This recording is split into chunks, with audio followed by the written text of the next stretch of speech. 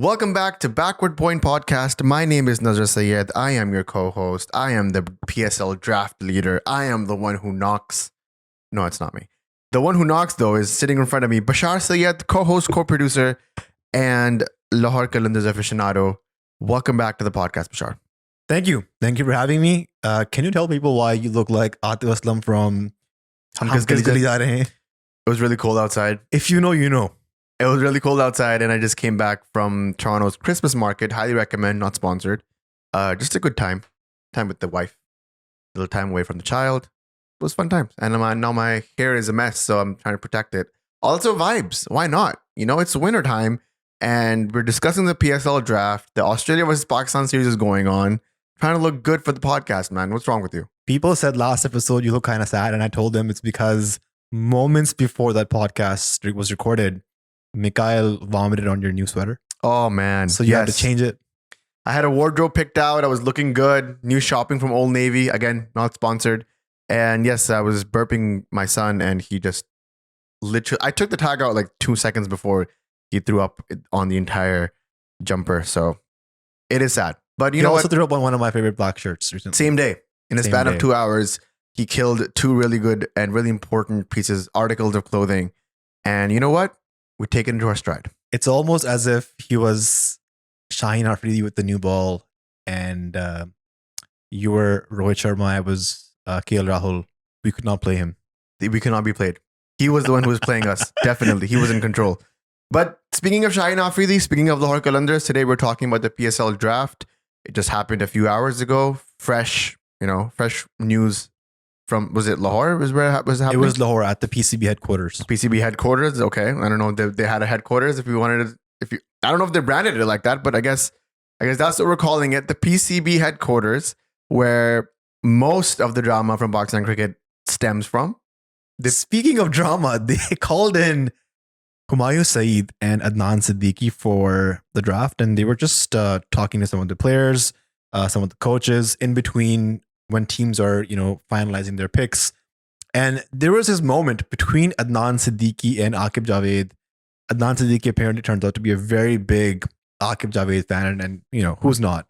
And I'm going to repeat his word. He said, Aqib Javed, I used to see you ball, and your hair was so flamboyant. It used to fly all over the place, while you were running in, sometimes towards the right, sometimes towards the left. And he also said there was the same thing with your balls. He said your balls will sometimes go to the right, go to the left.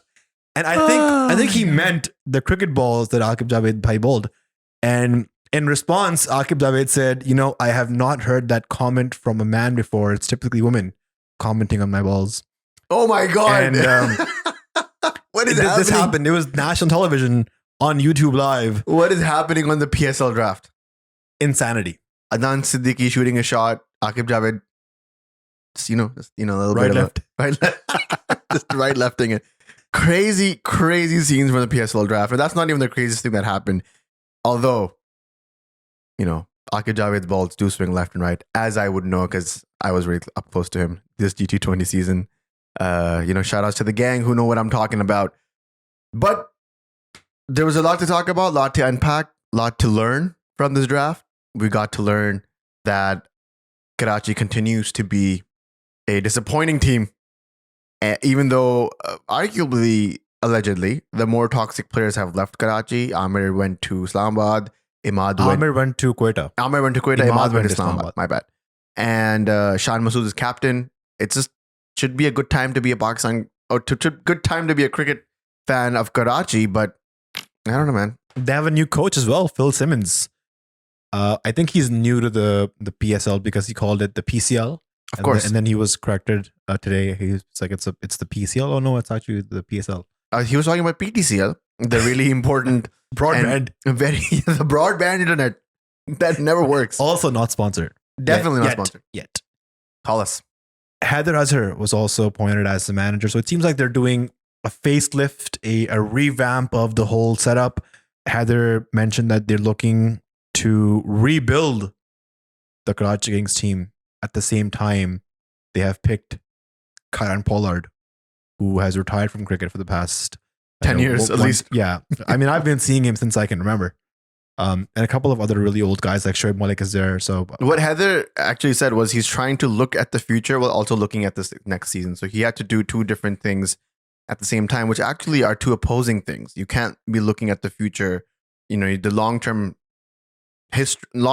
effects of the franchise, at the same time also wanting to win the next PSL. That's not going to happen. If you learn anything from the NBA teams, which this model is sort of picked from, where you have a draft, you trade players, you sign new players.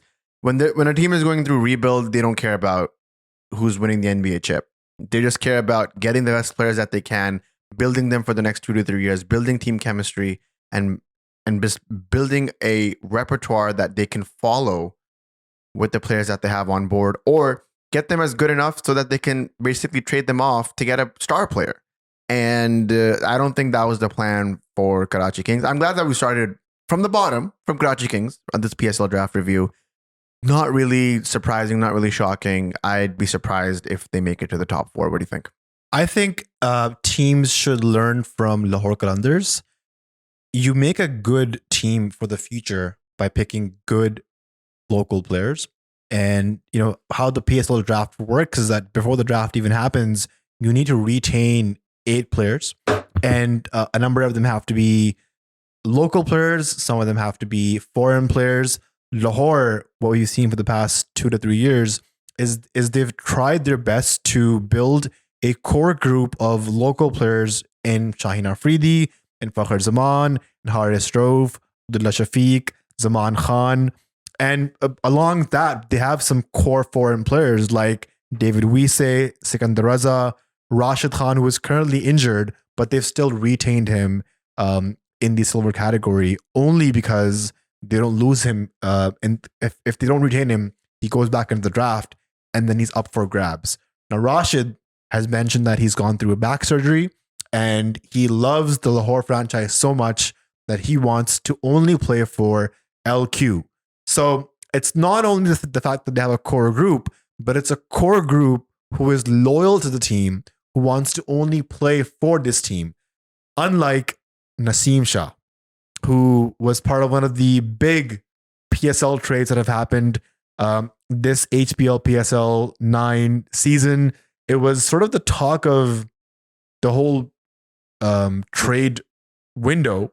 And ultimately what happened is that Naseem Shah expressed to the owner of Quetta Gladiators that he does not want to play for Quetta anymore. He wants to look for a new challenge. And that's when other teams started to approach Quetta for trade offers. Because if you look at it, Naseem Shah is sort of an asset for Quetta. And it didn't really make sense for them to just release him into the draft to get picked.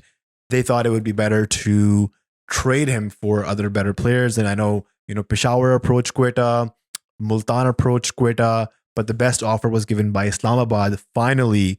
And the trade went like Naseem Shah went from Quetta to Islamabad for Abrar Ahmed and Wasim Jr. to go from Islamabad to Quetta. Who do you think won that trade? No, I think Quetta did a good job because Abrar is a pretty handy spinner in white ball cricket for the when PSL. He's fit. When he's fit. Wasim Jr. could be pretty handy in the death overs with the reverse swing. Pretty gun fielder. He can snack it in the end. So I think it's good. Also, Naseem Shah's coming off of a really serious shoulder injury. So we don't even know at this point how good is he going to be. Will he be back to old Naseem Shah standards? Or is he going to be struggling for a few games up until he gets back into full rhythm? Yeah, I think immediately I would say that Quetta Gladiators won that trade.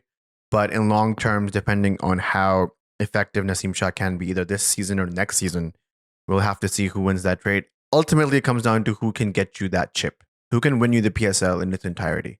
Naseem Shah definitely is that person who can step up when needs to be, but it has to be when he's fit. And same thing with Abrar. Abrar currently is not playing the first test match against Australia because of a thigh hamstring situation. And that's sort of been his situation throughout his career. Like he was discovered in 2017, could not debut until 2021. Even after he debuted, there were always, moments where the team needed him. He wasn't able for this, that, or the other reason. And then again, shows up again in this series. If Abrar continues to be a liability, then this trade will sort of go leaning towards Islamabad. But I believe that if Ebrar can show up, he will definitely be one of those people to watch out in the Quetta camp. One of the other big trades was Imad Wasim going from Karachi Kings to Islamabad United for Hassan Ali. No, it seems like I would say Islamabad won that trade just because Imad Wasim right now, I would say, is in prime form in terms of bowling, in terms of his batting.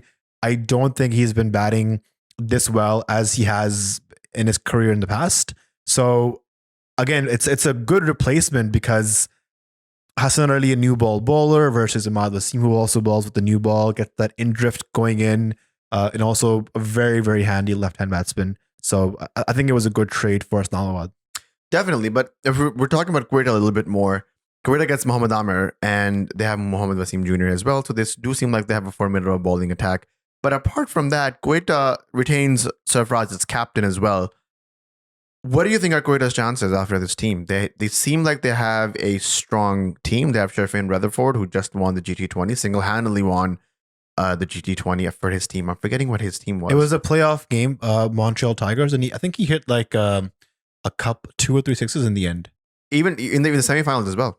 It was the semifinal. The finals was Andre Russell who smashed, I think, but a couple of sixes. Sherfane Rutherford was there on with the other him. end. Yeah, he was maintaining the strike. It's a genuine six hitter. Genuine and clean six hitter. And he actually has the temperament to bat the innings as well if need be, like we saw in the final of that GT20. We're actually live there, and we saw the temperament. We saw the will to make sure that the team comes on to the winning end. So Quetta do look formidable, but do you think they have what it takes to secure the win? Honestly, they look good on paper every season, but then they just they keep losing these matches. They have Hasnain is coming back from injury. I don't know how effective he's going to be. Mohammad Amir sort of alone with the new ball, doesn't have much support there. Hasaranga is there, but I don't know if he's fully fit yet. They do have Usman Qadir in the back as a spinner. I do think their batting in terms of their foreign players is quite explosive. They have Jason Roy, they have Raleigh Rousseau, and then Sherfane Rutherford in the middle overs. And I'm sure there's going to be Sarfraz Ahmed also there to support him as well. So we'll see. I think with the PSL, it's like whoever performs on the day, but typically just with the respect of the core group, I feel like Lahore and Islamabad look a bit more gelled just to win that championship. They have people that have been playing that franchise for years now, and that speaks volumes, especially if you know what the sort of mentality is, what the team motto is. We've spoken to Samir on this podcast previously, and if you understand the Dil Se Qalandar motto, and if you understand that they believe in their team, not just on paper, but spiritually, it's a whole dynamic, the Qalandar dynamic. I think Lahore does have the edge because of that. Not only do they have one of the greatest T20 players of all time in Shaheen Afridi, but they have that mentality. Their motto for this season is #Qalandar Brothers. Ooh, that's nice. I like that. I didn't know that. Yeah, I heard about it today. And there was just one moment where they're talking about, so Lahore picked Salman Irshad, who was their find from Kashmir as part of the PDP program. Salman went on to do some great things, played in the CPL. He's turning into a really good death overs bowler. He was playing alongside Imad Wasim and Mohammad Amir for the Jamaican Talawas team, and he bowled pretty good in the CPL. So he looks like a good bowler for T20s. So Lahore Qalandars picked Salman Irshad, and while Atif Rana is speaking about how emotional he was about picking Salman back in the team, right? For him to be in Peshawar, to now come back to Qalandars, back to where he belongs, back to where his roots are. While he was saying that, Muhammad Akram from Peshawar Zalmi played the right to match RTM card to get back Salman Irshad to Peshawar. I saw that. He's like, I hear you, but that's not going to happen. We're not giving him away. We can't let him go. Tough for Atif Rana, man. What can I say? Was Samir Rana at the draft? I didn't see him a lot. He wasn't there. Maybe he's still in Canada? Yeah. Oh, I mean, good. Some of the other big PSL trades were Iftikhar Ahmed going to Multan Sultans for Raleigh Rousseau, And then Shan Masood to Karachi Kings for Faisal Akram. Shan was also announced as the captain of Karachi Kings. So it seems like captaincy is just swinging at him from all corners. He's 34. Is lucky for Sean. Either the white ball captaincy, the white shirt captaincy, and now Karachi Kings captaincy. I don't mind it. Shan Masood is pretty good at T20s as well. 15 the final of the T20 World Cup. Can't forget. One of the highest scorers of that match against India. Can't forget. So it was funny because every match he actually scored runs, Pakistan lost. I mean, I'm just saying. What do you? That's mean. That's just mean. A bit off topic, but I just feel like what kind of a decision it is? Is it to make Shan Masood your Test captain, 34 years old, 28 batting average, 150 in the last couple of years in Test matches, and a guy who barely makes the cut in the playing 11 is now your captain? He scored a double century against PM11. Does that affect his Test match stats? I mean, it's first class, is it not? It's the first class I game. mean, and it's you have to. Okay, I see what you're saying. In the broader context, yes, mediocre, but you have to sort of look at it as an isolated incident now. Like whatever's happened before has happened. You have to move forward in this series so far. One double century not out. I'll take it. But you need to understand this is Pakistan cricket. This is high pressure cricket, and ultimately, if his batting fails alongside the Pakistan team, it's just going to put double pressure on him. Okay, this is good. Do you think that his appointment as Karachi Kings captain is also unfair? No, I think he's a pretty decent T20 player, right? He's performed pretty good on the PSL for Multan Sultans. They've gone to a final. They've won once. And I think Shan is a pretty decent T20 player. He's technically very good. I think he's a good cricketing brain who understands stats and data. But it's franchise cricket, so there's not much for me to criticize. But when it comes to Test match cricket for Pakistan, the highest form of cricket there is, I think that deserves a bit more scrutiny. I hear you. Let's move on to the next team. Let's talk about Peshawar Zalmi. Babar Azam, the king. Kya wo kar lega? Will he be able to do it? Well, he's got a pretty good side. He's just picked in Asif Ali, who was released by Islamabad United because they weren't able to retain him. So he went back into the draft and they picked him in the diamond category. He's been having a great season. He's won a few trophies in the Lankan Premier League, the Zim-Afro T10, and just recently in the Abu Dhabi T10. So it seems like trophies are following Asif Ali where he goes. And, Babar Azam would love a trophy in the PSL. It's something he hasn't seen in a while. He hasn't seen in a while, especially not as his captain. And you know what? At least Babar can say that he has one more PSL trophy than Virat Kohli. I was going to say, someone said that of all the players that were unpicked in the PSL, Virat Kohli also went unpicked. Genuinely. Unsold. Here's another stat. If we're talking about Virat Kohli stats, Sohail Tanvir has more IPL trophies than Virat Kohli does. That's crazy to me. Think about that. Just think about that. Sit there and think. Sohail Tanvir has more IPL trophies than Virat Kohli. All right. Rao Iftikhar Anjum has more T20 World Cups than Virat Kohli. That's crazy. Fact check me, but I think he was part of that team that won in 09. I think he was. Now that I think feel about like I see him. I remember seeing him. Yeah, now you see him everywhere because he's part of the committee. Yeah. The most exciting part about Peshawar to me is their top order, their batting, which is beautiful. Babar Azam, Saim Ayub, Mohammad Haris. I love it.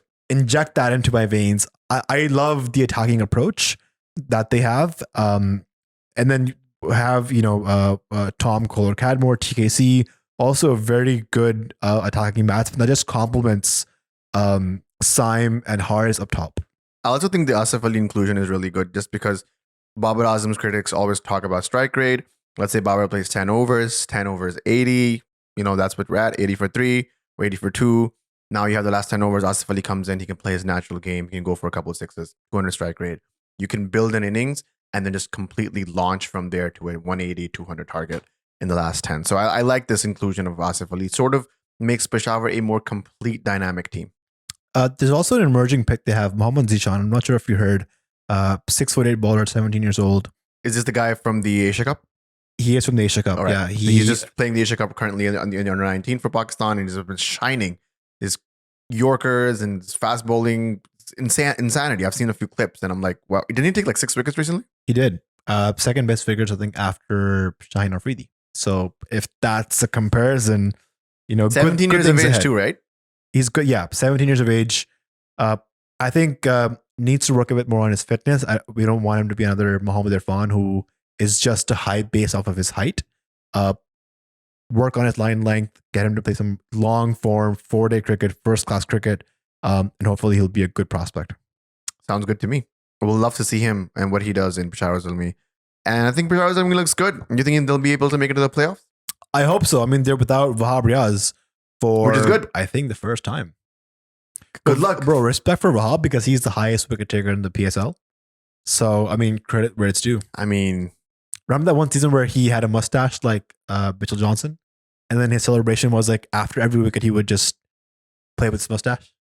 Oh, Lord, no. I'm trying to forget that, actually. I'm trying to do a whole spotless mind situation where it just takes it out of my brain and I have to think about it. I actually want someone to zap me and forget about the fact that he's actually Sports Minister of Punjab and also the chairman of the selection committee. Yes.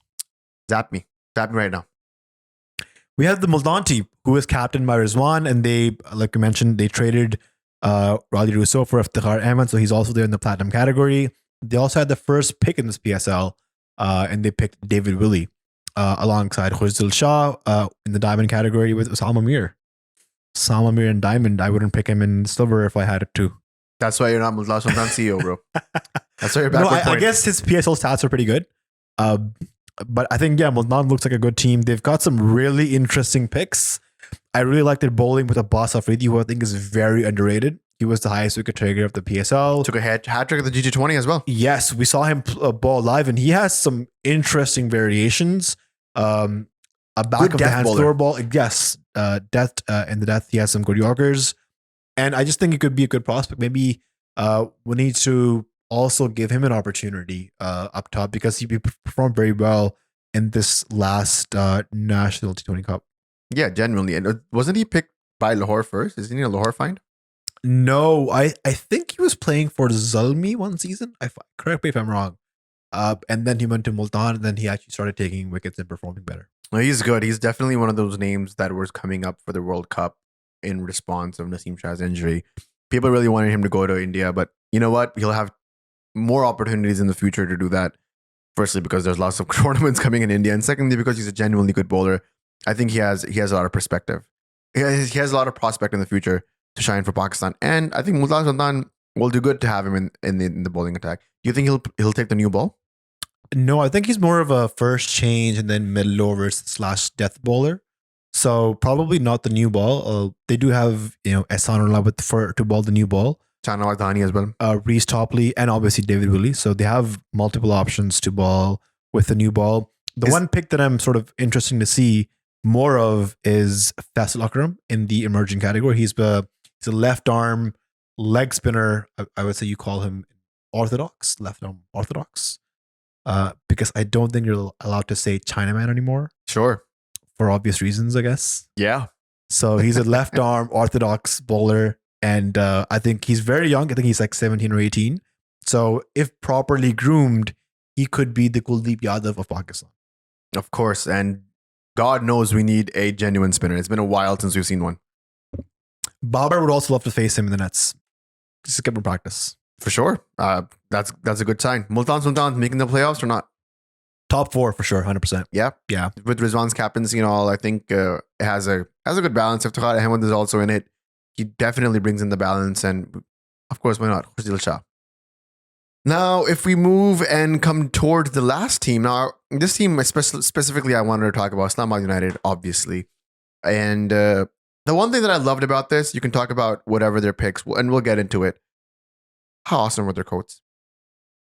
Varsity jackets. Those varsity jackets were insane. I loved it. I want one. I want one that says N on it. I want one for you that says B on it. Right now, we are, at least for me, as we started talking about merch and what we want on t-shirts and sweatshirts and whatever is looking forward for the next year. And that was like one of the things I wanted for Backward Point was like a varsity jacket. I don't know how shippable or sellable it would be. Maybe we could do like a 10, special edition, only 10 released. But looking at those varsity jackets, I was really inspired. I was like, this is a beautiful, beautiful thing. Plus, a personal friend of the podcast, Azam Khan, was there. Looked great.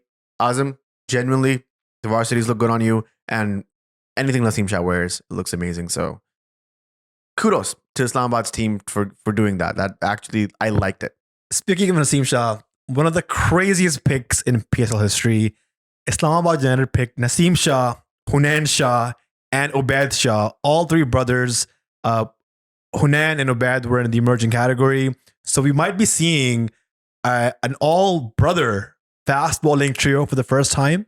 And the last time any team saw three brothers playing for the same team was Kamran Akmal, Adnan Akmal, and Umar Akmal. So lots to follow up for them. Why'd you have to do that, bro? Why did you have to do that? You started with such amazing news and then you have to compare it to the worst thing that happened to Pakistan cricket? Really? I mean, Kavish from Patreon says we want to see a triple Shah attack for Islamabad United. Of course, I want to see that as well, but I want to forget that the Akmals ever played for Pakistan. The only person from that family that I want to retain is the Azams, the Babar Azams, of course. But Naseem Shah, Hunain Shah, and Ubaid Shah, it reminds me of the Antetokounmpo brothers. Have you heard about this? Giannis's two brothers also play in the NBA. One plays with Giannis in the Bucks, and it's sort of like that situation to me, where Naseem is obviously the Giannis of the situation, and his brothers Hunain and Ubaid are also playing in it. And obviously, the Antetokounmpo brothers have a lot to follow up to. Same with Hunain and Ubaid. Naseem is a generational talent. He's genuinely one of the greatest Pakistani fast bowlers currently playing, and he has a lot to live up to. A lot of big names, big shoes to fill. And it just would be great to see Hunain and Ubaid do it. Now, one of these brothers is playing for Under-19 Pakistan Asia Cup right now. Which one is it, Bashar? It's Ubaid. I just saw an in-swinging middle stump bowled by him recently against Afghanistan. Boy, is he great. He has that same stingy action that Naseem has, very similar, a little bit more swing, I would say, in the air, and he knows how to bowl it in the right areas. I would love to see that bowling attack. Naseem and Ubaid going at it. First change, Hunain, and give it to me, bro. Imagine in 5 years. Second change, Fahim Ashraf. You gotta FIMO me up, bro. Imagine in 5 years, the Pakistan team's bowling attack is going to be Naseem, Hunain, and Ubaid. Love it. We've never seen anything like this before. I love it. The Wall brothers have played for Australia. We had the Flower brothers for Zimbabwe. I mentioned the Akmal brothers of Pakistan. And Pathan I'm sure brothers from the India. Pathan for India. And I'm sure many others which I'm missing out for. But a brother trio playing in the same 11, I can't recall a scenario where that's ever happened. So this is truly spectacular. Question about the Akmal brothers. I thought we've already mentioned them. Have the three of them all played together in one game? No. So they were in the squad then? They were in a squad. I don't think they've ever played together. I think it's probably because, Kamran and Adnan were sort of keepers, so only one of them could play at the same time. So I don't think Kamran and Adnan have ever played together. Of course, one's a replacement for the other. Totally makes sense. Yeah, I mean, Islamabad looks great. Azam Khan, the form that he's in right now in the National T20 Cup, won it for Karachi Whites, I believe. And then now he's just looking to take that same form, turn it into an all-star, all-round performance. And looking forward to what Azam does. I gave him a shout when he won the National T20 Cup. And, really proud of him for what he's doing. I really hope we do see him in the greens. I told him that as well. I hope we see him in the greens soon. The only thing that's this is okay for you now. I'm just saying the only thing that's holding him back is his fitness. I hope that he does focus on it. I do see his snaps coming in every day. He's at the gym. He's training really hard. And I hope that the fitness goes up. The performance will keep going up. And he'll do wonders for Pakistan as well. There's something about Azam Khan's confidence that I'm seeing when he's on the crease. It's as if he's fearless, as if he understands his game a bit more. And it's not easy to hit clean sixes as he does. And, he may not be in the top 10 run scorers of the National T20, but the runs he did score were at a good strike rate, lots of sixes, and he won some clutch matches for Karachi. Clean hitting, bro. There was one shot that I saw of Azam in the National T20 Cup. I believe it was the final. Could have been the semifinal. The point shot for six. I saw him play the same shot here in Canada live against Carlos Brathwaite. And it's a length ball. He backs away and then he just plays a cut shot, like a slice over point, and it's a guaranteed boundary. And he hit a 6 to Brathwaite. I think Azam Khan's going to be one of the most exciting players to watch in this PSL. He has a lot to show for, a lot to offer, and a lot to deliver for. And I'm excited to see what happens with Islamabad. I picked Islamabad in the top 2. Nothing is stopping Islamabad currently except for injuries or just extremely bad form, which I don't see happening. I think Islamabad is going to be your top 2. I just love how explosive the Islamabad batting lineup is. I mean, Alex Sills, Colin Monroe, Jordan Cox, Shadab Khan, Azam Khan, Imad Wasim. These are all players who have strike rates of over 135, 140, and they will just play with one mindset, which is to hit nonstop. And that's sort of the brand of cricket that I like to play. And I hope that just translates to the Pakistan team one day. Last question about siblings. I see a Shadab Khan and a Shahab Khan. Any relation? No, I don't think so. Okay, so Islamabad just was able to just, rhyming it up as well. There is one relation though. Islamabad have picked Shamil Hussain in their supplementary category, and he is the son of anchor Talat Hussain. Oh, vibes. I didn't know that. Cool. Lefty opening batsman. Good for him. All right, sounds good. I think we covered the entire PSL draft. Really excited about what the draft will look like, how it will play out in the next coming months, and lots of stuff happening for the PSL specifically on this podcast. We'll be excited to maybe even start some live streaming, Bashar. What do you think?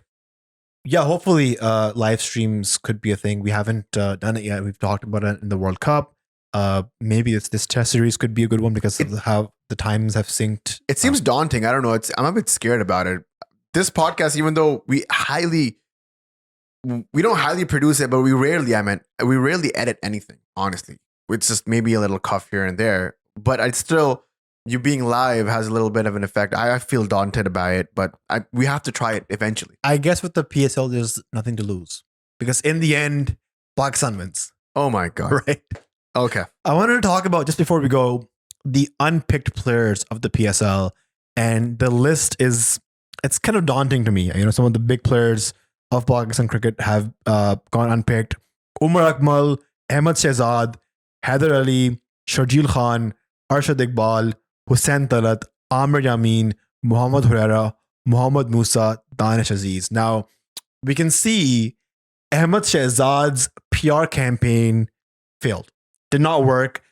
And I'm not sure if he wasn't picked because of the PR campaign, because he performed very well for Lahore Whites in the National T20 Cup. He finished as the 7th highest run getter, scored 344 runs in 9 innings, 4 50s, struck rate of 133, average of 43, and still goes unpicked in the PSL.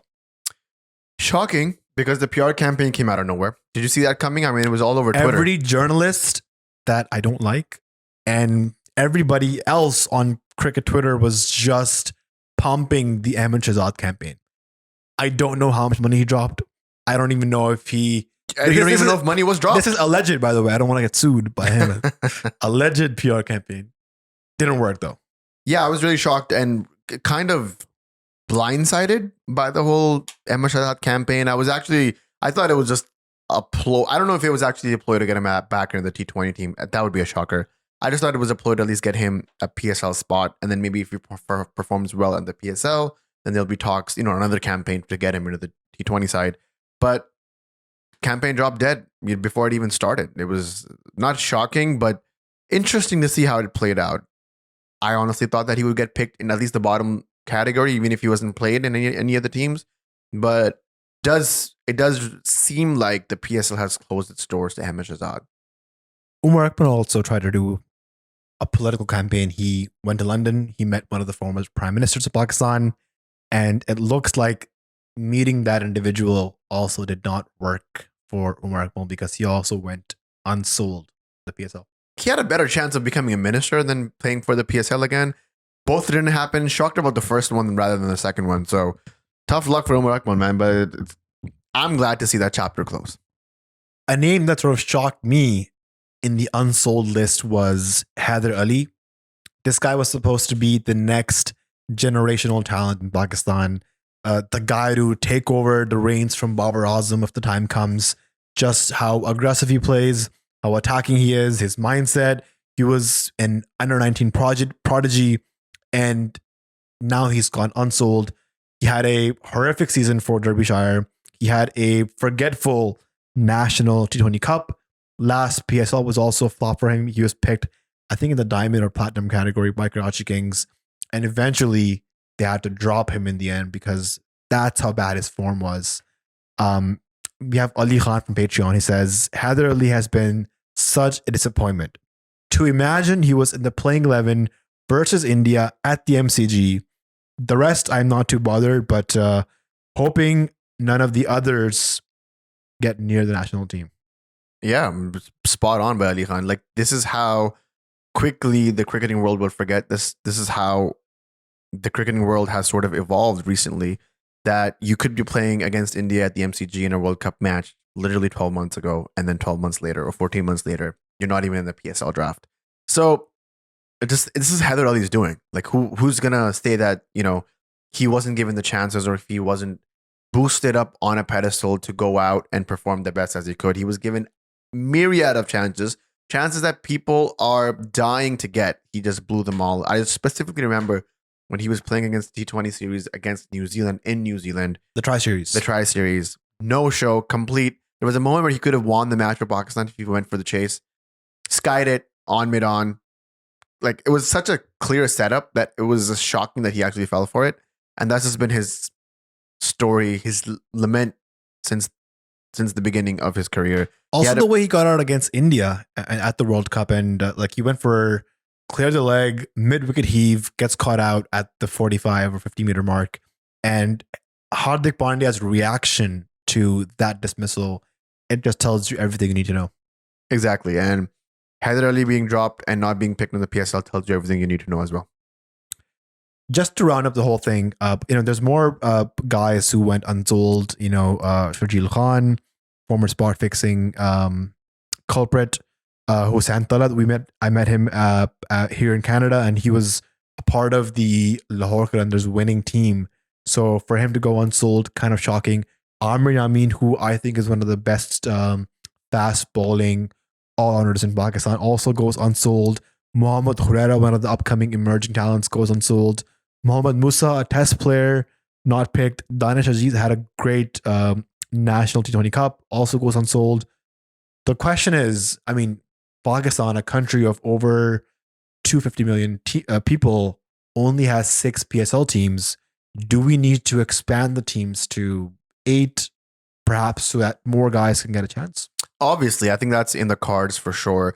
I don't know what the logistics and the economics of the PSL is right now. I don't know how many teams are actually making profits. I think they've started to make some profits by this point. It's been 8 seasons. We're getting into our 9th.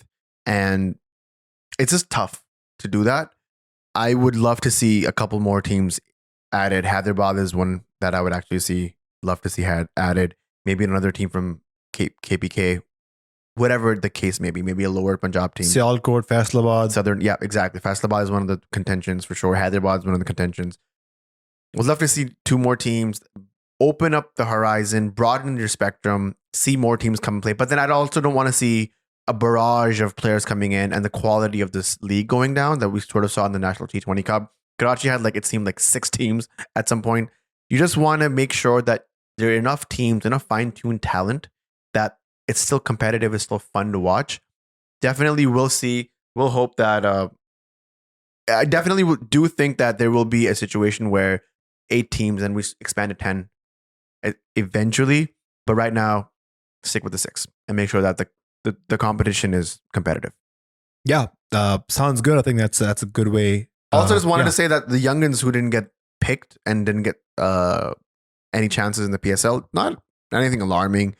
Khurera, Musa, Danish, they have a long career ahead of them. This is just the start. And once they get their names onto the marquee, it'll be hard for them to stay away from the PSL. I genuinely believe that. Your top 4 teams, looking at the final PSL team rosters, tell me who it's going to be. Yeah, give me a second. Let me just pull this up. I'll go first. I think it's going to be Lahore, Multan, Islamabad, and I'm going to say for the 4th spot, a tie between Peshawar and Quetta. But if I have to pick one, I will pick Quetta.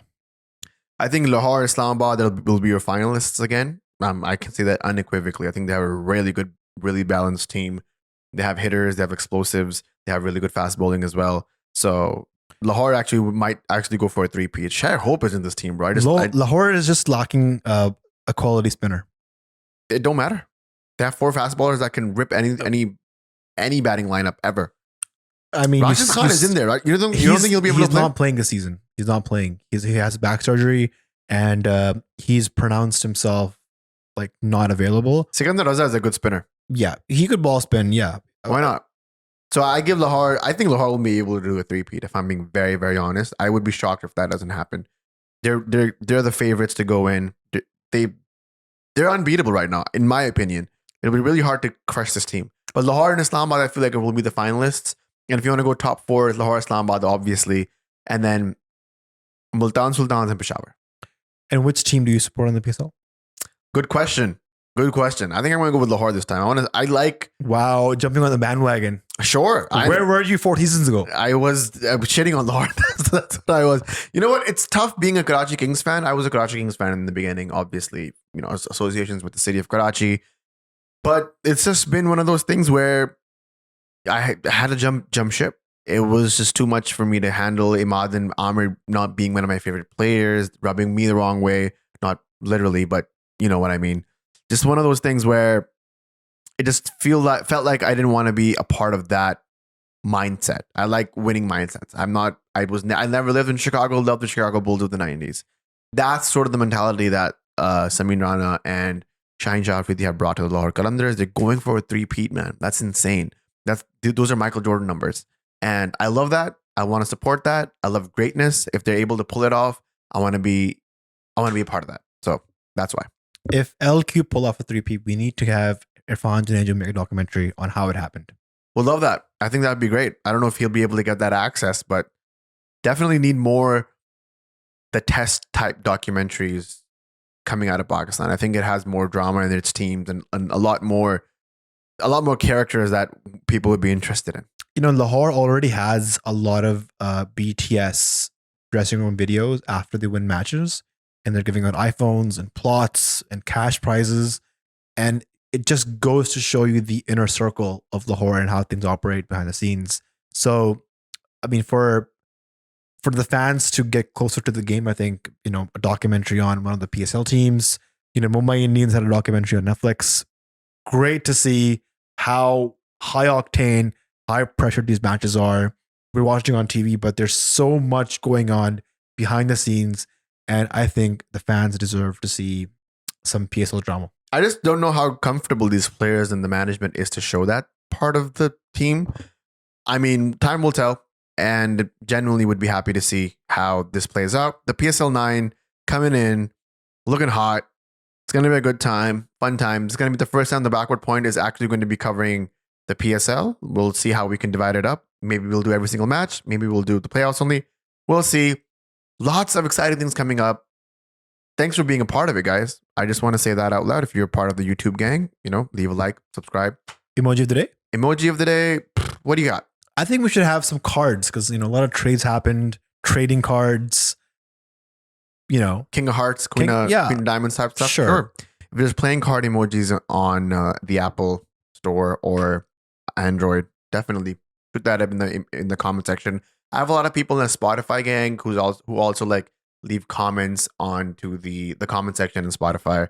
Appreciate that. I wish there was a way to reply to those things. Some people have some really good questions. Some people have some really good opinions on that as well. Just don't know how to reply to that from the Backward Point channel. So sorry about that, guys. If you guys want to be a part of the community, again, the Patreon is down below. You can send in your questions. We leave all the topics in before we record the episode. So we can have a discourse about what people are thinking and what people are actually wanting us to talk about. We're going to start shooting topics at the Patreon members to see what they want us to talk about. Maybe we'll do a video for them in that regard. And just more and more exciting things come our way. We're almost inching towards 40,000 subscribers. That's insane. We just started this podcast literally a year ago, restarted this podcast a year ago. And the fact that we're inching towards 40,000 at the end of the year, that's amazing. That's insane. You guys are the real MVPs. If we need to put all of our subscribers into a venue, we would need to sell Madison Square Garden twice. We'd set out the National Bank of Pakistan Arena, which is the Karachi National Stadium, and there'd be people waiting outside. Nice. That's crazy, right? Nice. Who would have thought? Love you guys. Excited for what's happening next. Right now, Pakistan and Australia are battling it out in Perth. We're going to go back downstairs and watch that game and just cry on our pillows because it's going to be a tough one. Thank you guys for watching. Thank you guys for listening.